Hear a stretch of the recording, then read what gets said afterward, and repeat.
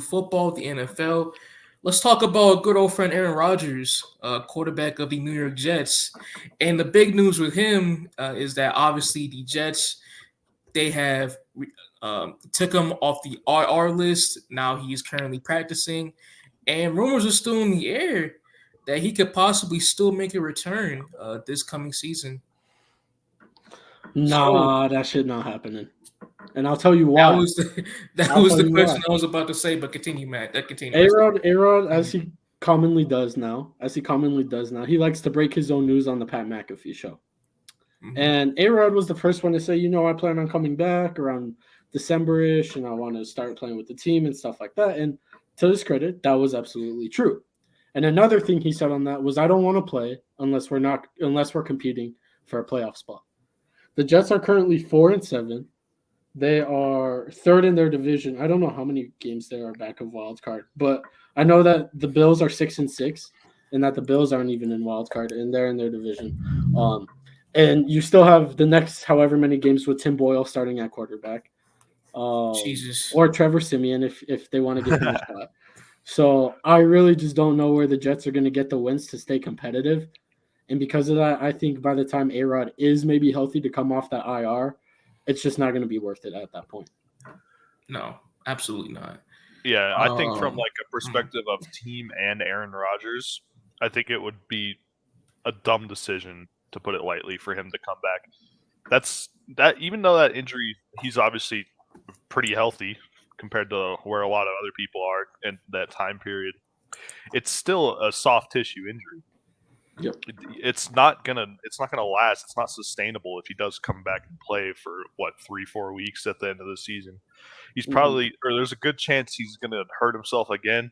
There's a good chance he's gonna do so much damage that it's gonna affect him in the coming seasons that it won't even be worth it. Yeah. And so I just pulled up the information. So out of 16 teams in the AFC, the Jets are currently 15th. Um, they are 1-3 in the division and 2-6 in the conference. So even if they somehow manage to get a handful of wins and combine some wins together, they're still not winning all these tiebreakers. And so even if they miraculously do that, I just think that the odds are stacked up so far against them that I just think the safe thing to do is just play for next year. Get a higher pick. I think they own their pick, or does the Packers own No, it I for think this they year? own their pick. No, no. At this point, the Packers would get Oh, their never second mind. round pick instead of their first round pick due to incentives. So So okay, that's how so the trade worked. so then might as well just go for a higher first round pick at this point. Maybe draft a receiver for Aaron Rodgers because we've seen that outside of Garrett Wilson, this receiving core doesn't really have much. I mean, they cut Alan Lazard out after giving him a big contract. Um, so I just think that the chances of Aaron Rodgers coming back are close to zero in my head. Mm. Yeah, Yeah, I agree with both of you guys right now. I mean, one, it, like if they were to miraculously bring up Rodgers to still play again in the regular season, do you really want a damn near 40-year-old man to be running around in the pocket, sitting in the pocket with this O line, which that O line's bad. We've known they're going to be a bad unit coming into the year, but they're one of the worst units in the elite by far. A mediocre receiving core, one of the worst receiving cores in the entire league, minus Garrett Wilson. It's not a good decision at all. It's not a good decision. I mean, they're 4-7. It's looking bleak, even though the defense has been doing the best they can to still keep them in games. But at this point, to make a playoff push in the AFC, where there are a lot of teams that are currently hitting their stride and are playing better football, it's just not worth it to make that decision at all. yeah, It's not. It's absolutely not. not. Now, I do want to bring up another key topic, which is what do you think the Jets should do with Robert Saleh? I don't Should they mind run him. it back? Should they fire him? I think For it's me personally, I think they should fire him.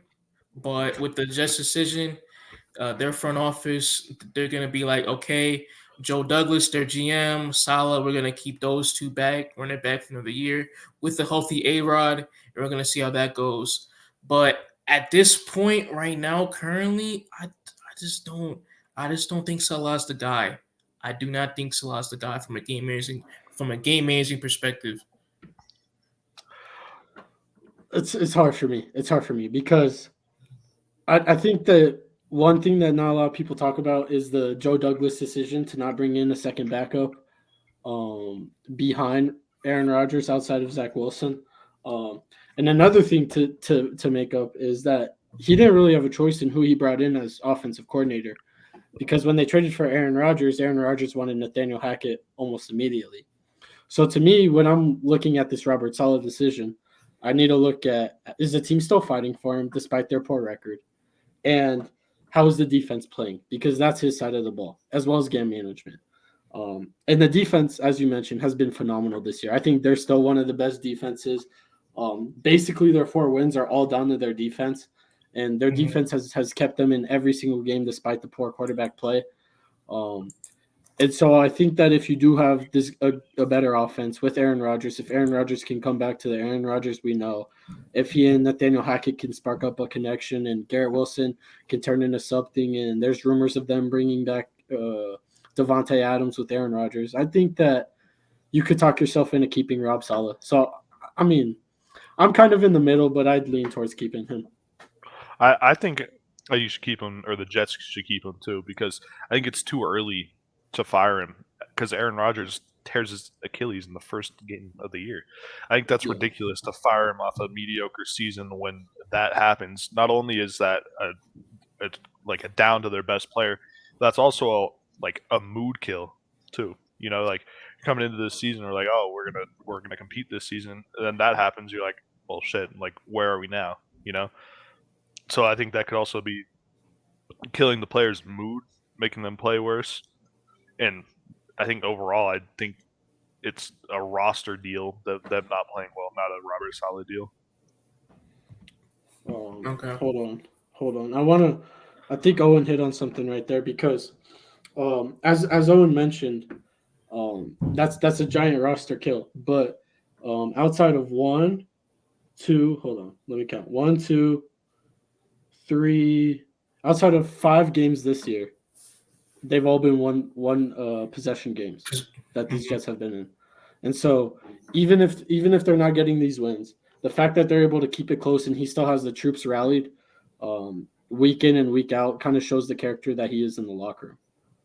And so I think that if you're in these one possession games with Zach Wilson, Tim Boyle, whoever your quarterback is, imagine Aaron Rodgers as your quarterback. Because, I mean, he's one of the most clutch quarterbacks, and he's not scoring like 12 points a game. So, I mean, I think you keep him. I think you give him 1 year with Aaron Rodgers. Yeah, absolutely. Fair enough. We'll see. Hackett has to go. Their OC, he has to go. He's not a good Broncos fans know that one a little too well.